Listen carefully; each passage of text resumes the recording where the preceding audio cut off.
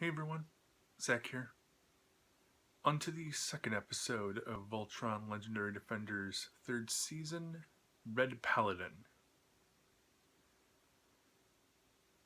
Interestingly enough, we actually start with a Galra scene. Might be the first time that's actually happened in the series. Where we revisit the planet Puig, which was the setting of the main liberation mission in the season premiere. Where Lotor sends his team down to the planet to subjugate a town, talk to its leaders, but not kill anyone, just take prisoners. We got a decent look at his team members in the premiere, but here we get to see their unique abilities quite a bit. I mean, first of all, interesting change of things. They all seem to be female, which is pretty unique considering from what we've seen, basically the entire Galra military, at least by our perspective, seems to be male. Even the sentries are kind of male designed looking robots.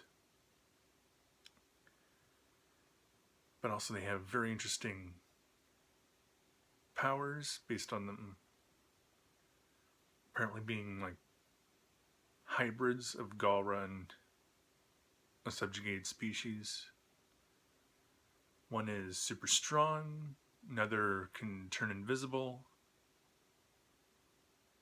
a third has some psychic powers, at the very least being able to see from another perspective through what's basically a cat. But that comes in very useful. The fourth member, I'm not sure if she's demonstrated any. I forget if she's shown off any unique skill yet, but maybe it's meant to be an interesting surprise. But anyway, they take over the town, the village, whatever, and Lotor presents sort of an interesting perspective on things. That your supposed savior, Voltron, has not been seen. That this is sort of a hollow promise of freedom, of safety. Meanwhile, under the Galra Empire's new direction, we could grant you mercy. We'll actually give protection and help. So that presents another interesting dimension to his universe view, so to speak, not worldview.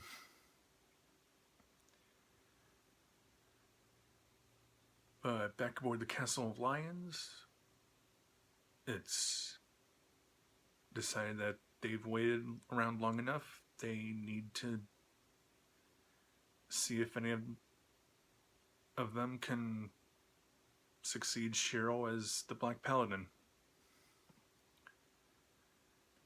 Another pretty serious situation presented in a funny way. There's a montage of the other Paladins sitting in the cockpit wondering if it'll activate in any way. Like Oral Lance kind of being unsure, Hunk being very uninterested, so he basically, first time around, just goes, sits down. Nothing happens, so he just immediately leaves. And Pidge just being too short to properly sit in the seat and reach the controls in their like default position. But then Keith actually manages to activate it, and while the others are happy about this development, he's very uneasy about it. Shiro previously told him, and apparently informed no one else of this, that he proposed that Keith succeed him, but for this burden to suddenly be placed upon him doesn't seem right, even if it's what Shiro wanted. With Lotor's forces reoccupying Puig, they lead the Paladins into a new battle, their first time facing off against his leadership in any way. And unfortunately,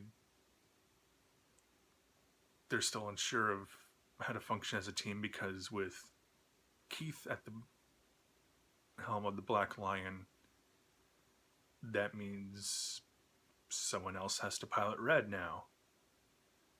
And if it's someone they already know, then the roster has to shuffle a little bit more. So, in a way, at this point, how many Lions can they bring to the battle? How well can they function as a newly restructured team? But to slightly spoil things, they do manage to get pilots for all 5 Lions. Won't say who's in which seat, but we do have a full team again. But right now, Lotor seems to be biding his time. He's more about analyzing our heroes. He and his team have been analyzing their travels, especially lion by lion. Who's visiting where, who's helping where. And also trying to figure out how they function as a team, even without them forming Voltron. Sorry. And I guess with them just now, getting the Lion piloting reoriented, they didn't form Voltron in this episode. That, symbol of heroism isn't quite back yet, but maybe in the next one, because it's going to be following directly after the ending of this one. Things really speeding along. So with that, I'll see you in episode 27.